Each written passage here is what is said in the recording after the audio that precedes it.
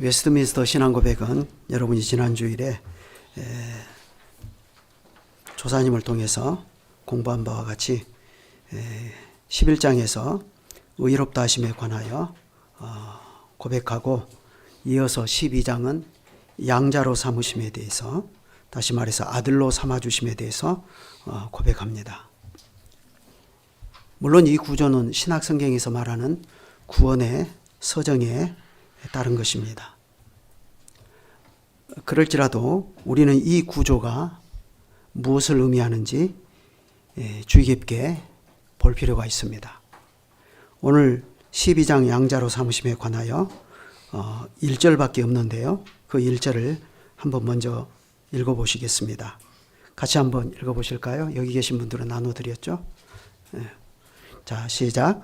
하나님께서는 의롭다 하심을 받은 모든 사람을 그분의 독생자 예수 그리스도 안에서, 그리고 그리스도 때문에 양자됨의 은혜에 참여하게 해 주셨습니다. 이로써 그들은 하나님의 자녀의 수에 들게 되고 그분의 자녀로서 자유와 특권을 누리게 되며 그분의 이름으로 일컬음을 받게 됩니다. 양자의 영을 받고 은혜의 보좌 앞에 담대히 나아가 하나님을 아버지라 부를 수 있게 되며 불쌍히 여김과 보호와 사랑의 돌봄과 징계를 아버지에게 받듯이 그분께 받습니다. 그들은 결코 버림을 받지 아니하고 구속의 날까지 인치심을 받고 영원한 구원의 상속자로서 약속을 유업으로 받습니다. 자, 우리가 이 문구에서 확인할 수 있죠? 의롭다 하심의 목적이 무엇인 것 같습니까? 하나님께서는 의롭다 하심을 받은 모든 사람을 그분의 독생자 예수 그리스도 안에서, 그리고 그리스도 때문에 양자됨의 은혜에 참여하게 해 주셨다 하고 이렇게 고백하지 않습니까? 이로써 그들은 하나님의 자녀의 수에 들게 되고 그분의 자녀로서 자유와 특권을 누리게 되며 그분의 이름으로 일컬음을 받게 됩니다. 우리가 이것만 보더라도 당장 여기서 하나님께서 죄인을 그리스도 안에서 의롭다고 해주시는 목적이 무엇인가?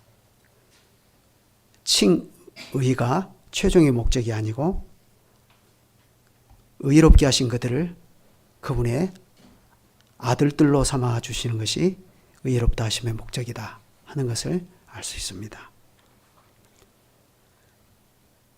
여러분이 잘 아시는 대로 종교 개혁의 이슈들이 많지만 그 중에 이슈 중에 이슈라고 할 수 있는 것이 이신, 칭의 아닙니까? 오직 믿음으로 의롭게 된다는 것이죠.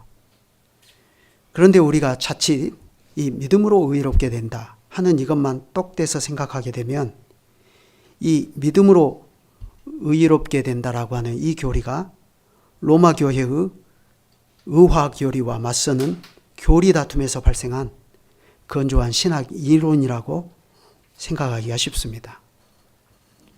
그 점에서 이신칭의의 문제는 일반 신자들의 실생활과는 그다지 상관없는 건조한 교리로 치부될 염려가 있습니다. 그러나 사실 종교개혁의 선배들은 대단히 경건한 사람들이었고 또 하나님을 경외하는 그러한 사람들이 없지 않습니까? 그들은 하나님을 경외하고 복음의 깊은 것을 아주 풍부하게 깨달은 자들답게 신앙고백 제11장에서 의롭다 하심에 관하여 고백하고, 그리고 이어서 제12장에서는 양자로 삼으심에 관하여를 주의 깊게 배치합니다. 그렇게 해서 우리가 의롭다 하심과 양자로 삼으심을 한 눈에 넣어서 고백하도록 의도한 것입니다. 그것은 의롭다 하여 주시는 목적이 자비로우신 하나님께서 그 넘치는 사랑으로 우리의 아버지가 되어 주신다는 그 사실을 함께 보도록 하는 것입니다. 의롭다 하심이라고 하는 그것만 딱 보지 말고 그 옆에 바로 양자로 삼아주심을 딱 두고 같이 보게 해서 의롭다 하심이 이처럼 우리에게 풍성한 은혜가 있는 것이구나. 우리를 하나님의 아들들로 삼아주시기 위한 것이구나 하는 것을 깨닫고 하나님께 대한 감사와 찬송하는 심정이 깊어지도록 그렇게 한 것입니다. 그래 바로 이 양자됨에 관한 교리, 이게 바울이 그의 로마서 8장에서 가르친 것 아닙니까? 거기를 한번 보시겠습니다. 로마서 8장 30절. 자, 이제부터 성구를 부지런히 보여줘 보십시오. 성경을 찾을 수도 있지만 제가 일일이 타이프하면서 강조하고 싶은 것들을 강조했으니까요. 자, 같이 한번 읽읍시다. 또 미리 정하신 그들을 또한 부르시고 부르신 그들을 또한 의롭다 하시고 의롭다 하신 그들을 또한 영화롭게 하셨느니라. 자, 이 말씀에 따르면 구원의 서정이 어떻게 되어 있습니까? 미리 정하셨다 했습니다. 다시 말해서 이것은 예정하신 거죠. 그런 다음에 또한 미리 정하신 그들을 또한 부르셨다 했습니다. 이것은 효과적인 부르심이죠. 그 다음에 세 번째 단계가 뭐죠? 부르신 그들을 또한 의롭다 하시고 그랬어요. 의롭다 하심이죠. 그 다음에는 의롭다 하신 그들을 또한 영화롭게 하셨다 하고 이렇게 말합니다.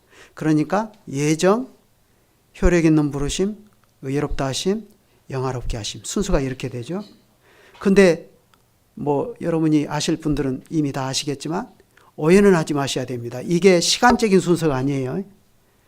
하나님께는 천년이 하루 같고 하루가 천년 같기 때문에 하나님께는 그런 시간적인 순서가 의미가 없어요. 그럼 이건 뭐냐? 바울이 구원의 서정을 논리적으로 설명하기 위해서 이렇게 말한 겁니다. 이건 논리적 순서이지 시간적으로 그렇게 한다는 것이 아니에요. 물론 예정이 맨 먼저 앞서는 것은 사실이죠. 그러나 그마저도 사실은 하나님께는 의미가 없어요. 그런데 여기에 보면요. 이 의롭다 하심에서 로마서 8장 30절에 따르면 의롭다 하심에서 어디로 넘어가죠? 영화롭게 하심으로 넘어가죠. 그런데 우리 고백서는 거기에 반해서 어떻게 넘어갑니까? 의롭다 하심과 그 다음에 양자로 삼으심과 그 다음에 거룩하게 하심 이렇게 넘어갑니다. 그러니까 우리 신앙 고백서는 바울이 로마서 8장 30절에서 가르친 그 내용을 따라가는 듯 하다가 영화롭게 하심에서 살짝 바뀌죠. 양자로 삼으심과 거룩하게 하심으로. 그러면 우리 신앙 고백서는 영화롭게 하심을 희생시켜버린 겁니까? 어때요? 그렇지 않죠? 영화롭게 하심은 신자가 죽어서 저 세상에 가서 비로소 영화롭게 되는 것이 시작되는 게 아니에요. 여기서 하나님이 우리를 의롭다 하시고 우리를 하나님의 자녀로 삼으시고 거룩하게 하시는 이 과정 전체가 다 사실은 영화롭게 하심에 다 포함되는 것입니다. 그래서 최종적으로는 우리의 영화로움이 오는 세상에서 완성이 되는 것입니다. 그러나 하나님의 관점에서 보면 이건 미완성이고 미완성이 아니고 이미 완성이에요. 그래서 한번 하나님이 부르시면 부르신 그 자체로 완성이에요. 그래서 뭐라고 표현하죠? 영화롭게 하셨다 하고 과거 완료로 말해버립니다. 그러므로 여기서 관건은 두 가지입니다. 의롭다 하심과 거룩하게 하심. 다시 말해서 여러분이 잘 아시는 단어로 바꾸면 칭의와 성화 이렇게 말할 수 있습니다. 그런데 놀랍게도 우리 웨스트민스터의 선배들은 바로 이 칭의와 성화 사이에 뭘 끼워 넣었어요? 오늘 우리가 보는 이 양자됨에 관한 것을 넣었습니다. 그래서 칭의와 양자로 삼으심과 성화 이렇게 구원의 서정이 진행된다는 것을 우리의 눈으로 확인할 수 있도록 했습니다. 그렇게 한 목적이 뭐죠? 방금 말씀드린 것처럼 의롭게 되는 목적이 뭐냐 하는 것을 부각시키는 거예요. 하나님께서 죄인들을 의롭다 하시는 목적이 뭐냐 하는 것을 부각시키는 거예요. 하나님께서 우리 아버지가 되시고 우리가 그분의 자녀가 되는 이 특권을 누리게 하시려는 것이다. 따라서 그 뒤에 이어지는 거룩하심은 이 거룩함의 목표가 우리 믿는 신자 개인의 완성이 아니라 하나님의 아들들로서 혹은 우리가 하나님의 권속으로서 전체가 거룩하게 하는 것임을 배울 수 있도록 하는 것입니다. 그래 우리가 이것을 하이델베르크 요리문답의 언어로 바꾸어서 표현하면 어떻게 되는 거죠? 우리는 분명히 개인이지만 그러나 성신으로 거룩하게 되어 성신에 거룩하게 하여 주시는 은혜를 따라 점점 더 제외되어 죽고 거룩하고 흠이 없게 되는데, 이건 개인으로서만 그렇게 되는 게 아니라 교회의 지체로서 거룩하게 되는 것이다 하는 것입니다. 하이델베르크 요리문답은 그 점에서 참 탁월해요. 우리의 성화도 교회의 지체로서 성화되는 거예요. 그 점은 기독교 윤리의 탁월한 저술인 김홍준 목사님 그리스도의 지체로 사는 삶이란 책에서 우리에게 너무나 잘 가르쳐 주지 않습니까? 그러나 어쨌든 웨스트민스터의 선배들은 이 보시는 것처럼 칭의와 성화 사이에 양자됨의 관하여를 넣어서 성경이 전하는 복음 진리가 더욱더 바르게 해명이 되고 교회에서 바르게 고백이 되도록 이끌었습니다. 그러면 이 구조가 신앙 고백을 작성한 신학자들이 임의로 그러면 그렇게 만든 것인가? 결코 그렇지 않습니다. 이것은 신약 성경에서 중요하게 다루는 주제입니다. 그 중에서도 특히 사도 요한과 바울이 아주 중요하게 다루는 주제입니다. 먼저 요한복음 1장 12절부터 13절을 한번 읽어보실까요? 다 같이 읽죠. 시작. 영접하는 자, 곧 그 이름을 믿는 자들에게는 하나님의 자녀가 되는 권세를 주셨으니 이는 혈통으로나 육정으로나 사람의 뜻으로 나지 아니하고 오직 하나님께로부터 난 자들이니라. 자, 이 말씀에 따르면 우리가 하나님의 독생자 예수 그리스도를 믿으면 그건 곧 뭐라고 하죠? 하나님께로서 태어난 자들이다 하는 것이에요. 그래서 하나님의 자녀의 권세, 다시 말해서 하나님의 자녀의 명분을 얻게 하신다 하는 거예요. 심지어 요한은 요한일서 5장 1절에서 이렇게도 말합니다. 이번에는 요한일서 5장 1절 같이 읽겠습니다. 예수께서 그리스도이심을 믿는 자마다 하나님께로부터 난 자니 또한 낳으신 이를 사랑하는 자마다 그에게서 낳은 자를 사랑하느니라. 자, 예수께서 그리스도이심을 믿는 사람을 가리켜서 뭐라고 하죠? 하나님께로서 낳은 자다. 다시 말하면 하나님이 낳으신 자다. 이건 굉장히 우리에게 익숙한 표현이죠. 내가 내 아들 찬주를 낳았어요. 그러면 나는 아버지고 찬주는 내 아들이에요. 하나님이 우리를 낳으셨어요. 그러면 우리는 당연히 하나님의 아들들입니다. 반면에 하나님께서는 어떤 분이라고 표현하죠? 그리스도 안에서 우리를 낳으시니라 이렇게 표현합니다. 그러므로 당연히 하나님께서는 그리스도 때문에 나의 아버지가 되시고 나는 그분의 자녀입니다. 그런데 이렇게 하나님의 자녀는 그리스도 안에서 우리를 낳으신 하나님을 사랑하게 되고 또한 하나님에게서 낳은 자를 사랑하느니라 하고 말했어요. 그러니까 요한 사도가 의롭다 하심의 목적이 하나님의 아들들로 삼으신 것이고, 그러면서 또 여기서 한 걸음을 한 단계를 더 나가죠. 하나님께서 우리를 아들로 삼으신 것은, 이렇게 하나님께서 우리를 낳으신 것은 뭘 위해서? 하나님으로부터 난 자를 사랑하게 하시려고. 놀라운 일이에요. 그렇기 때문에 우리가 예수 그리스도 안에서 하나님의 자녀다라는 사실을, 나의 신분과 그 정체성을 깨닫는 즉 형제를 미워할 수가 없게 되는 것입니다. 왜요? 하나님이 나를 낳으신 것은 나 말고도 하나님이 낳으신 자들을 사랑하도록 하셨기 때문에.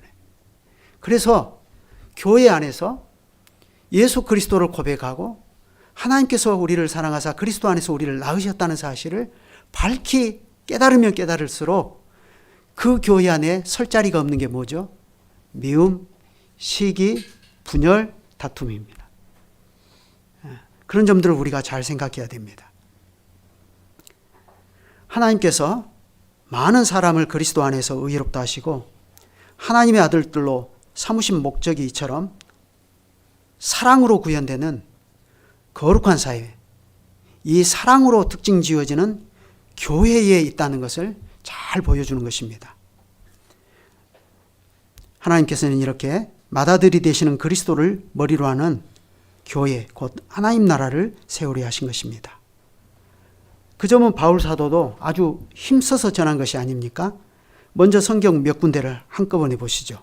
로마서 8장 15절, 8장 23절, 9장 4절, 갈라디아서 4장 5절, 에베소서 1장 5절입니다. 한꺼번에 다 나오죠. 같이 로마서 8장 15절 다 같이 읽으시죠. 너희는 다시 무서워하는 종의 영을 받지 아니하였고 양자의 영을 받았으므로 아바 아버지라 부르짖느니라. 23절 이뿐 아니라 또한 우리 곧 성령의 처음 익은 열매를 받은 우리까지도 속으로 탄식하여 양자 될 것 곧 우리 몸의 구속을 기다리느니라. 9장 4절 저희는 이스라엘 사람이라 저희에게는 양자됨과 영광과 언약들과 율법을 세우신 것과 예배와 약속들이 있고 갈라디아 4장 5절 율법 아래에 있는 자들을 속량하시고 우리로 아들의 명분을 얻게 하려 하심이라. 에베소서 1장 5절 그 기쁘신 뜻대로 우리를 예정하사 예수 그리스도로 말미암아 자기의 아들들이 되게 하셨으니. 바울 사도에 따르면 하나님께서는 이렇게 우리를 그리스도 안에서 구원하실 때 그분은 우리를 예수 그리스도로 말미암아 자기의 아들들이 되게 하셨습니다. 그런데 이 일은 사실 하나님께서 세상을 창조하시기 전에부터 품으신 하나님의 경륜에 속한 일이 아닙니까? 다시 말해서 이 일은 영원한 가운데서 하나님께서 우리를 예정하실 때 그리스도로 말미암아 하나님의 아들들이 되도록 예정하셨다 하는 사실을 통해서 확인할 수 있지 않습니까? 그래서 로마서 8장 29절 이번에는 거기 보면 하나님이 미리 하신 자들로 또한 그 아들의 형상을 본받게 하기 위하여 미리 정하셨으니 이는 그로 여기서 그는 그리스도죠. 많은 형제 중에서 맏아들이 되게 하려 하심이니라 그랬습니다. 하나님께서 우리를 그리스도 안에서 하나님의 아들들을 삼으려고 예정하신 것입니다. 특별히 맏아들인 그리스도의 형상을 본받게 하게 하시려고 그렇게 하신 거예요. 여러분 바로 이것이 의롭다 하심의 목적입니다. 의롭다 하심은 하나님의 아들 되는 자격을 주시는 법적인 선언인 셈입니다. 그렇기 때문에 의롭다 하심을 받은 사람은 하나님의 보좌에 나아가되 하나님의 아들의 자격으로 나아갑니다. 그래서 바울 사도는 영원한 나라에서 우리의 상태도 아들들이 되는 것으로 표현하지 않습니까? 아까 우리가 로마서 8장 23절을 읽었는데 거기 다시 보면 이렇게 말하죠. 이뿐 아니라 또한 우리 곧 성령의 처음 익은 열매를 받은 우리까지도 속으로 탄식하여 양자 될 것 곧 우리 몸의 구속을 기다리느니라. 하나님께서 우리를 그리스도 안에서 아들로 낳으신 것이 사실이에요. 그런데 그 완성을 양자 될 것이라고 말하면서 이퀄 뭐라고 말하냐면 우리 몸의 구속을 기다리는 것으로 이렇게 얘기합니다. 그래 우리가 이러한 말씀들을 보면 양자됨은 창세 전과 하나님의 전체 구속 역사와 심지어 재림 이후까지를 포괄할 만큼 범위가 넓다는 것을 알 수 있습니다. 그렇기 때문에 이것은 신약시대에만 독특하게 밝혀진 교리가 아닙니다. 이 교리는 구약에서부터 이미 그 진리됨이 밝히 계시가 되었어요. 한 예로 출애굽기 4장 22절입니다. 하나님께서 모세에게 바로한테 가서 말하라고 하면서 이렇게 말씀하시잖아요. 너는 바로에게 이르기를 여호와의 말씀에 이스라엘은 내 아들 내 장자라. 하나님께서는 이스라엘을 주님의 아들 하나님의 장자로 삼으심으로써 땅의 모든 족속이 너로 말미암아 복을 얻으리라 하고 아브라함에게 맹세하신 약속이 친히 장자로 삼으신 이 이스라엘 나라를 은혜의 통로로 삼아서 이루어지게 하셨습니다. 하나님께서는 주님의 장자로 삼으신 이스라엘 나라에서 세상의 구주가 나게 하신 것입니다. 그러니 이 그리스도의 오심을 따라서 약속의 언약에 대하여 외인이었던 많은 이방인들이 믿고 하나님의 자녀가 되는 특권에 참여하게 되는 것입니다. 그 특권을 누리게 된 사람들이 오늘 여기에 있는 우리들 아닙니까? 그리고 우리의 자녀들입니다. 갈라디아서 4장 4절로 7절이 그 사실을 우리에게 분명히 보여줍니다.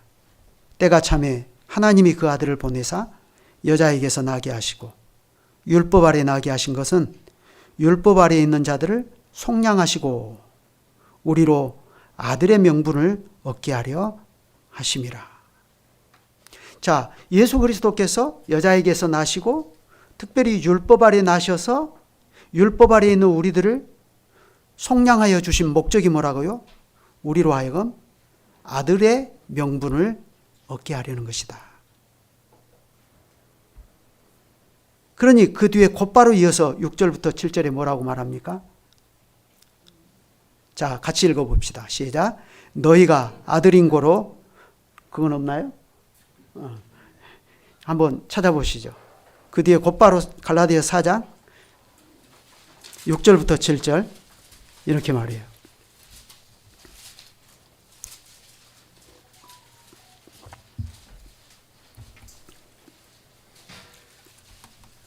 시작. 너희가 아들인 고로 하나님이 그 아들의 영을 우리 마음의 가운데 보내사 아바 아버지라 부르게 하셨느니라. 그러므로 내가 이후로는 종이 아니요 아들이니 아들이면 하나님으로 말미암아 유업을 이을 자니라. 자, 성부께서 성자로 말미암아 우리를 양자로 삼아 주셨습니다. 그런 까닭에 성령을 우리에게 내주하게 하셔서 아들의 명분을 아주 실질적으로 누리게 하셨다는 것입니다.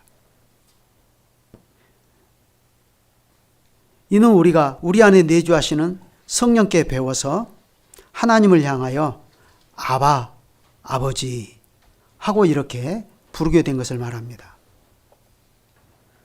성령으로 아니하고는 누구든지 예수를 주시라 할 수 없지 않습니까? 마찬가지로 성령으로 아니하고는 그리스도의 아버지를 향해서 아빠, 아버지 하고 이렇게 부를 수 있는 사람이 없습니다. 그러나 이것만 전부가 아니죠. 아들인 고로 하나님으로 말미암아 유업을 이을 자니라 그랬습니다. 이게 아들의 특권 아닙니까? 하나님께서는 하나님의 전부를 아들에게 주셨습니다. 그런데 놀랍게도 아들의 모든 것이 이 맏아들로 말미암아 하나님의 아들들이 된 우리의 것이 되도록 하셨습니다.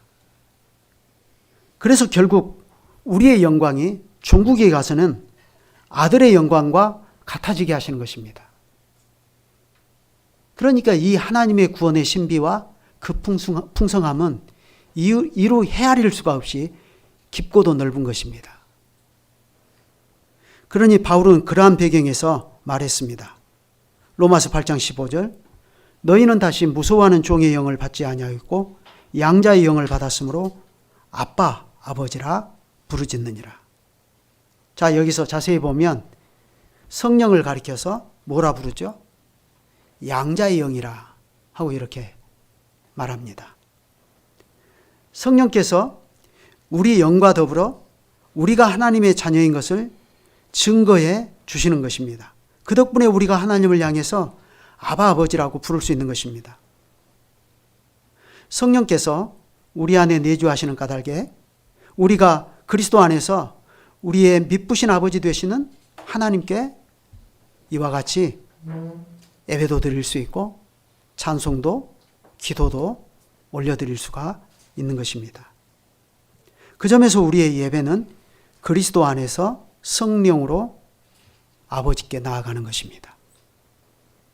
그래서 전주를 탁 하면 우리는 마음을 탁 모아서 전체가 하나 되어 하나님께 나아갑니다 하는 그 심정으로, 하나님이 부르셨으니 우리가 모입니다 하는 심정으로 마음을 딱 모으지 않습니까? 그때 우리가 아무 생각 없이 그냥 모이는 게 아니라 그 시편 121편 내가 산을 향하여 눈을 들기라. 나의 도움이 어디서 올까? 나의 도움은 천지를 지으신 여호와에게서로다. 이 고백을 복창하면서 하나님께 나가잖아요. 우리가 주일에 예배드리러 올 때 그냥 내가 평안히 잘 살고 있다가 내 힘으로 나온 게 아니고 하나님께서 이 거칠고 번뇌가 많은 세상에서 나를 평안히 인도해 주셔서 오늘도 이렇게 나를, 비록 우리 눈에 보이는 장소는 여기지만 그러나 사실은 하늘의 예루살렘이라, 하나님께서 나를 이렇게 하늘의 예루살렘으로 평안히 인도해 주셨구나, 그 사실을 생각하고 하나님 감사합니다. 그걸 고백하면서, 전주에 따라서 그걸 고백하면서 하나님께 나아가는 것입니다. 그리고 그 고백대로 내가 산을 향하여 눈을 들리라. 나의 도움이 어디서 올까? 그러면 회중이 감사한 마음으로 나의 도움은 천지를 지으신 여호와에게서로다 하고 그렇게 고백하면서 하나님께 나아가는 것입니다. 과연 예배는 이와 같이 그리스도 안에서 성령으로 하나님의 아들들인 우리가 아버지께 나아가는 것이에요. 아버지의 영원한 영광을 향해 나아가는 것입니다. 따라서 예배는 그리스도의 얼굴에 나타난 하나님의 영광을 아는 광채를 받는 일입니다. 이것이 우리의 구원의 현재 아닙니까? 그리스도의 얼굴에 나타난 하나님의 영광을 아는 광채를 받는 일. 그 일이 예배의 순서로 따지면 구체적으로 어떤 일을 통해서 그런 일이 발생하죠? 강설. 그리스도를 전해주시잖아요. 그리스도를 통해서 하나님을 밝히 드러내 주시잖아요. 그러니 우리가 이러한 성경 교훈을 다 비교해 볼 때 우리의 구원의 현재는 오랜 시간 전부터 계속되어 온 옛 언약의 성취이고, 그리고 또 영원한 구원의 전조라 하고 그렇게 말할 수가 있습니다. 우리가 주일에 모여서 예배를 드린다 하는 것은 그런 의미입니다. 에베소서 2장 18절 19절을 한번 읽어보실까요? 같이 읽습니다. 이는 저로 말미암아 우리 둘이 한 성령 안에서 아버지께 나아감을 얻게 하려 하심이라. 그러므로 이제부터 너희가 외인도 아니요 손도 아니요 오직 성도들과 동일한 시민이요 하나님의 권속이라. 우리의 구원은 그리스도 안에서 한 사람이 되어서 이와 같이 한 성령 안에서 아버지께 나아가는 것입니다.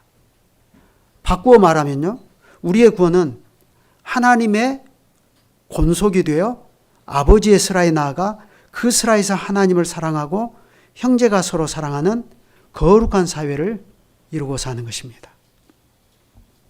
바로 그 점을 바울 사도는 우리가 하나님께서 거하시는 하나님의 거처, 다시 말해서 하나님의 성전으로 지어져 간다 하는 이 사실로 가르칩니다.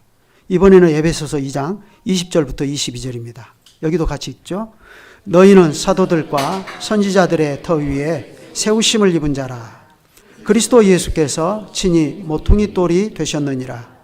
그의 안에서 건물마다 서로 연결하여 주 안에서 성전이 되어가고, 너희도 성령 안에서 하나님의 거하실 처소가 되기 위하여 예수 안에서 함께 지어져 가느니라. 이로써 구약의 모든 제사제도와 또 성막제도와 또 제사장 제도가 가르친 참된 실체, 곧 임마누엘이 실현이 되는 것입니다. 그러므로 그리스도와 연합된 교회는 하나님께서 거하시는 성막입니다. 하나님께서 거하신 것은 중보자를 통하여 하나님께서 자기 백성을 가까이 하여 주시고 만나 주시는 것입니다. 임마누엘입니다. 구약의 모든 제사장 규례나 제사 규례가 바로 이 진리를 예표하지 않았습니까? 그래서 베드로 사도는 베드로전서 2장 4절로 5절에서 이렇게 가르쳤습니다. 이번에는 거기를 읽어보시죠. 시작. 사람에게는 버림바가 되었으나 하나님께는 택하심을 입은 보배로운 산돌이신 예수에게 나와 너희도 산돌같이 신령한 집으로 세워지고 예수 그리스도로 말미암아 하나님이 기쁘게 받으실 신령한 제사를 드리 거룩한 제사장이 될지니라. 산돌. 산돌은 뭐죠? 곧 부활하신 그리스도를 이야기합니다. 그런데 부활하신 그리스도를 믿는 사람은 그리스도와 연합이 되어서 그도 역시 산돌이 되는 것입니다. 그런데 이 돌은 신령한 집, 곧 하나님께서 거하시는 성전입니다. 이와 같이 우리 안에 하나님께서 계십니다. 따라서 우리는 그리스도로 말미암아 하나님이 기쁘게 받으실 신령한 제사를 드리는 제사장이 되는 것입니다. 우리가 이렇게 그리스도 안에서 하나님의 아들들이 되어 하나님의 성전이 되어가고 이 성전에서 왕같은 제사장들로 하나님을 섬기는 이 특권이 어떤 것이며 이 복됨이 어떤 것인가는 실로 헤아리기 어려울 만큼 큰 것입니다. 무엇보다도 하나님 우편에 계시는 그리스도께서 하나님께 맏아들이 되셔서 그 안에서 또는 그 아들 때문에 하나님이 나의 아버지가 되시고 그래서 우리가 아버지의 사랑의 공고와 거룩한 통치를 받고 살게 되었습니다. 그럴 때 그러한 우리의 아버지는 얼마나 자상한 분이신지 하나님의 맏아들께서 우리에게 잊을 수 없이 그것을 가르쳐 주셨습니다. 너희 아버지가 얼마나 자상한 아버지시냐. 마태복음 10장 28절부터 31절입니다. 같이 읽죠. 몸은 죽여도 영혼은 능히 죽이지 못하는 자들을 두려워하지 말고 오직 몸과 영혼을 능히 지옥에 멸하시는 자를 두려워하라. 참새 2마리가 하나 쌀이온에 팔리는 것이 아니냐. 그러나 너희 아버지께서 허락지 아니하시면 그 하나라도 땅에 떨어지지 아니하리라. 너희에게는 머리털까지 다 세신 바 되었나니 두려워하지 말라. 너희는 많은 참새보다 귀하니라. 아까 점심 때 건우랑 같이 밥 먹고 그러는데 건우가 우리 홍금숙 선생님에게 두려워하지 마세요. 시를 지어서 줬대요. 그래서 그 시가 어떤 내용인데 하고 물었더니 좀 이따 아빠 카톡으로 보내드릴게요. 그래요. 근데 예수님이 그러시잖아요. 너희 아버지가 누구시냐? 예? 너희 아버지께서 허락지 아니하시면 참새 한 마리도 땅에 떨어지지 않는다. 하물며 너희는 너희 아버지께서 머리털까지 다 세고 계시지 않냐. 이거예요. 그래 두려워하지 말아라. 이게 하나님의 아들들 된 사람들의 특권입니다. 놀랍지 않습니까?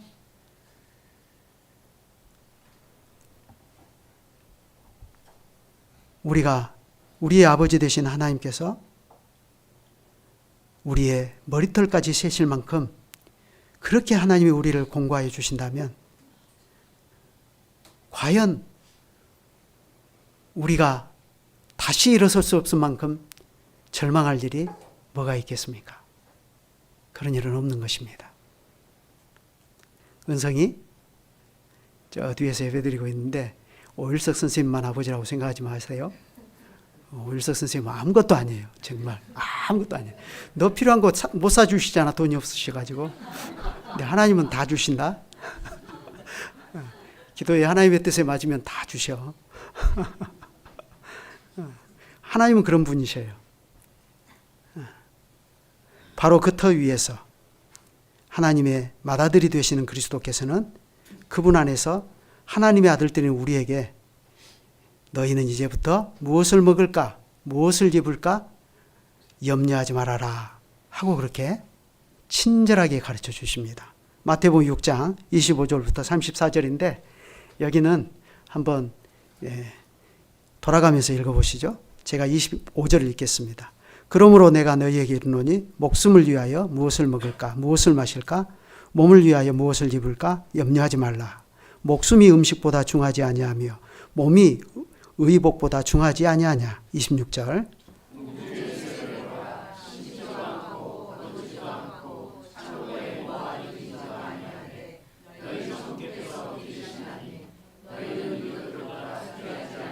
27절. 너희 중에 누가 염려함으로 그 키를 한 자나 더할 수 있느냐. 28절.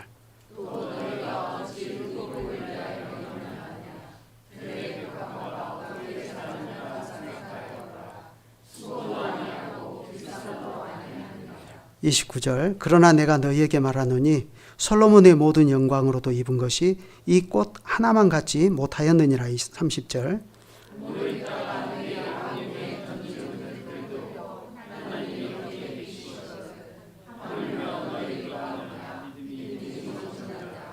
그러므로 염려하여 이르기를 무엇을 먹을까 무엇을 마실까 무엇을 입을까 하지 말라. 32절.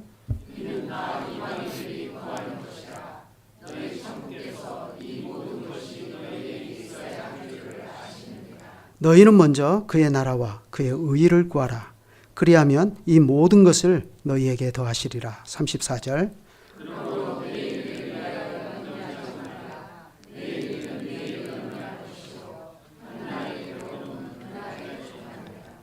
하나님께서 우리와 같은 죄인들을 그리스도 안에서 의롭다 하시고 아들로 삼아 주셨습니다. 그런 까닭에 이것을 믿고 사는 우리는 세상의 염려를 일체하지 말라 하십니다. 그럴지라도 우리는 꿀리는 데가 있죠.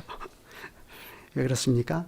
우리는 정말로 연약한 인생들이기 때문에 이런 말을 아무리 들어도 실제로는 염려를 떨쳐낼 수가 없어요. 본질상 우리는 온갖 염려의 노예다 해도 과언이 아닙니다. 그러나 만약 그 도가 지나쳐서 염려의 노예로 살아가게 되면 어떻게 되죠? 그런 사람은 하나님의 말씀이 그 염려라는 것에 기운이 막혀서 결실치 못하게 되는 실로 두려운 상태로 빠져들게 됩니다. 그래서 세상의 염려와 재리의 유혹과 기타 욕심이 들어와 말씀을 막아 결실치 못하게 되는 자요 하고 말하지 않습니까? 우리가 그리스도 안에서 하나님의 아들들이 되었다 하는 이 사실을 바르게 깨닫는다면 우리가 이러한 말씀처럼 하나님의 말씀이 결실치 못하는 자리에 이르게 되는 것이 우리는 실로 두렵습니다. 왜 그러냐면 결국 하나님의 말씀, 천국의 말씀을 깨닫는 것과 영원한 생명은 딱 결부가 되어 있는 까닭에 그렇습니다. 그러나 하나님께서는 그분의 독생자 예수 그리스도를 주셔서 우리를 하나님의 아들들로 삼아주셨습니다. 그것을 알고 그리스도 안에 속한 자로서 우리는 하나님 없는 자처럼 무엇을 먹어야 되지? 오늘은 또 무엇을 마시면서 살아야 되지? 오늘은 또 뭘 입어야 되지? 이런 걸 가지고 염려할 것이 아니라 오히려 먹든지 마시든지 무엇을 하든지 아버지의 영광을 추구하며 살라고 하셨습니다. 하나님 나라와 하나님의 의의를 구하며 살게 하신 것입니다. 바로 이것이 그리스도 안에서 하나님의 아들들이 된 사람들의 참된 의미에서의 자유의지의 활동이라고 말할 수 있습니다. 우리는 하나님의 아버지의 아들들이 되었으니까 염려의 사슬로부터 벗어나서 이제는 자유롭게 하나님을 위해 살 수가 있게 되는 거예요. 그래서 로마서 6장 19절부터 22절입니다. 여기 있죠? 같이 읽어보겠습니다. 너희 육신이 연약함으로 내가 사람의 예대로 말하노니 전에 너희가 너희 지체를 부정과 불법에 들여 불법에 이른 것 같이 이제는 너희 지체를 의에게 종으로 들여 거룩함에 이르라. 너희가 죄의 종이 되었을 때에는 의에 대하여 자유하였느니라. 너희가 그때 무슨 열매를 얻었느니요? 이제는 너희가 그 일을 부끄러워하나니 이는 그 마지막이 사망임이니라. 그러나 이제는 너희가 죄에게서 해방되고 하나님께 종이 되어 거룩함에 이르는 열매를 얻었으니 이 마지막은 영생이라. 의롭다함의 교리를 편협하기 위해서 예수 믿고 천국에 가는 티켓 하나 취득한 것으로 생각하면 그건 마치 무엇과 같냐면은 값없는 은혜를 값싼 은혜로 만드는 것입니다. 그러나 값없이 무상으로 베풀어 주신 은혜와 값싼 은혜는 전적으로 다른 것입니다. 오히려 값없는 은혜는 그리스도의 목숨이 지불된 값비싼 은혜입니다. 바로 이 그리스도의 은혜로 우리가 하나님의 아들들이 되지 않았습니까? 그러니 그러한 우리들에게서 거룩한 열매를 맺게 하는 것 또한 값진 은혜입니다. 그리고 그 마지막은 영생이라 하였습니다. 바로 여기에 우리가 하나님의 자녀로서 누리는 참된 자유의 정점이 있다 하는 것을 바울은 로마서 8장에서 이러한 말로 가르쳤습니다. 이번에는 로마서 8장 19절로 23절입니다. 같이 읽죠. 피조물에 고대하는 바는 하나님의 아들들에 나타나는 것이니 피조물이 허무한 데에 굴복하는 것은 자기 뜻이 아니요 오직 굴복해 하시는 이로 말미암음이라. 그 바라는 것은 피조물도 썩어짐의 종로로 단 데서 해방되어 하나님의 자녀들의 영광의 자유에 이르는 것이니라. 피조물이 다 이제까지 함께 탄식하며 함께 고통하는 것을 우리가 아나니 이뿐 아니라 또한 우리 곧 성령의 처음 익은 열매를 받은 우리까지도 속으로 탄식하여 양자 될 것 곧 우리 몸의 구속을 기다리느니라. 그러니 이것을 알고 이것을 소망하는 사람마다 자기가 이러한 하나님의 아들이고 이러한 하나님의 자녀다 하는 것을 알아서 아버지 되신 그 하나님을 늘 본받아가며 살지 않을 수가 없습니다. 그래서 요한일서 3장 1절로 3절에서 요한 사도가 전했습니다. 보라, 아버지께서 어떠한 사랑을 우리에게 주사 하나님의 자녀라 일컬음을 얻게 하셨는고 우리가 그러하도다. 그러므로 세상이 우리를 알지 못하면 그를 알지 못함이니라. 사랑하는 자들아, 우리가 지금은 하나님의 자녀라. 장래에 어떻게 될 것은 아직 나타나지 아니하였으나 그가 나타내심이 되면 우리가 그와 같을 줄을 아는 것은 그에 계신 그대로 볼 것을 인함이니 주를 향하여 이 소망을 가진 자마다 그의 깨끗하심과 같이 자기를 깨끗하게 하느니라 했습니다. 과연 이것이 그러므로 하늘에 계신 너희 아버지의 온전하심 같이 너희도 온전하라 하신 주님의 말씀을 이루는 길입니다. 아버지께서 그리스도를 우리에게 주셨습니다. 그래서 우리 같은 죄인들이 하나님의 아들들이 되어서 우리도 아버지를 본받아 우리도 아버지처럼 원수까지도 사랑할 마음을 품고 살게 하셨습니다. 하물며 그리스도 안에서 함께 교회를 이루고 있는 지체된 형제들이라면 어떻겠습니까? 또 내 이웃을 사랑하고 내 원수를 미워하라 하였다는 것을 너희가 들었으나 나는 너희에게 이르노니 너희 원수를 사랑하며 너희를 핍박하는 자를 위하여 기도하라. 이같이 한즉 하늘에 계신 너희 아버지 아들이 되리니 이는 하나님이 그 해를 악인과 선인에게 비치게 하시며 비를 의로운 자와 불의한 자에게 내리우심이니라 했습니다. 이러한 하나님의 온전하심이 그리스도 안에서 하나님의 많은 아들들이 된 우리 안에서 이루어지게 하시고 교회에서 실현이 되게 하시려고 하나님께서는 우리를 그리스도 안에서 죄 많은 우리를 의롭다 하시고 그리스도 안에서 하나님의 아들들로 삼으셨습니다. 이 일을 이루시려고 부활의 주님께서는 성령으로 우리 안에 내주하여 계십니다. 그래서 이 성령으로부터 배워서 하나님을 아빠, 아버지라고 부르며 하나님의 아들들이 된 그 신분에 합당하게 살면서 장차올 우리의 영광의 소망도 늘 기다리며 살게 하셨습니다. 기도드리겠습니다. 거룩하신 하늘에 계신 우리 아버지, 죄 많은 우리들, 죄인 중에 기회수라 여길 만한 우리들을 그리스도로 말미암아 죄를 다 씻어주시고 의롭다 하여 주신 그 은혜가 우리를 하나님의 아들들로 다 삼으셔서 하나님의 온전하심과 같이 우리도 온전하게 거룩한 교회를 이루게 하시려는 까닭인 것을 우리에게 가르쳐 주시니 감사를 드립니다. 우리의 본성은 죄로 기울어져 있고 끊임없이 하나님과 이웃을 미워하려는 성향으로 기울어져 있지만, 그러나 이러한 말씀으로 우리를 교훈하셔서 기울어진 운동장처럼 되어 있는 우리를 다시 곧게 펴게 하여 주시니 감사를 드립니다. 주님의 이 진리 안에서 저희가 피차 서로를 향하여 하나님의 자녀라 고백하게 하시고 형제의 자매라 고백하면서 사랑하게 하시옵소서. 이러므로 하나님, 내가 주님을 사랑합니다 하는 그것이 거짓이 아니라 참말이 되게 하여 주시옵소서.